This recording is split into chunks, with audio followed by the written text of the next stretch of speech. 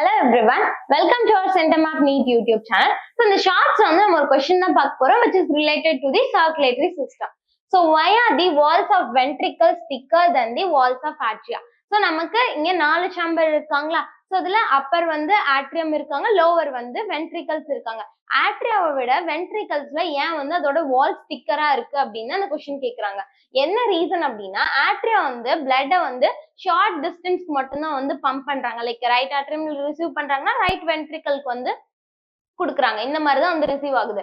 But ventricles பாக்குறப்ப என்னன்னா left ventricle will pumps the oxygenated blood. For example left வென்ட்ரிகல்ல இருந்து நம்மளோட ஹியூமன் பாடி அயோட்டா மூலியமா என்ன ஆகுது, ஹோல் பாடிக்குமே வந்து சர்க்குலேட் பண்றாங்களா, அதை நம்ம என்னன்னு சொல்லுவோம், சிஸ்டமிக் சர்க்குலேஷன் அப்படின்னு சொல்லுவோம். அதே மாதிரி ரைட் வென்ட்ரிகல்ல இருந்து டிஆக்சிஜனேட்டட் பிளட் ஆக்சிஜனேட் ஆகுறதுக்காக பல்மனரி ஆர்டரிக்கு வந்து நம்ம என்ன பண்ணுவோம், இந்த ரைட் வென்ட்ரிகல் வந்து பம்ப் பண்ணுவாங்க பிளட். யாருக்கு? பல்மனரி ஆர்டரிக்கு.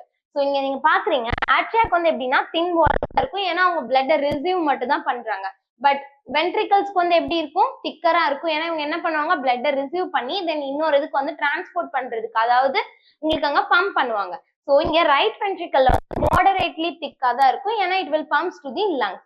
பட் லெஃப்ட் வென்ட்ரிகல் வந்து ரைட் வென்ட்ரிகலை கம்பேர் பண்றப்ப 2 to 3 times வந்து thicker than the right ventricle because it must maintain the systemic blood pressure. That's it. Thank you.